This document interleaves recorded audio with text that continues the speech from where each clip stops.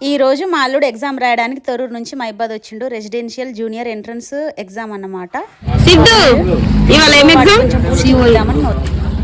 వచ్చా చదివినావా? Okay, all the best. Thank you. బాగా రాయి. कर भाई 70,000 बुढ़ाई तू 70,000 పొదుపు కర్ సరేగా? గుర్తుంటుందా మరి? తీరా రాసే టైంకి కోయా రే కోయి కోయి కోయా పాట గుర్తుకొస్తుందా? గుర్తుంటది. అంతేనా? అంతే. ఎగ్జామ్ సెంటర్ కాడ నేను అబ్జర్వ్ చేసింది ఏంటంటే దాదాపు అక్కడ 100లో 90 మంది వరకు మా బంజారా వాళ్ళే ఉన్నారు.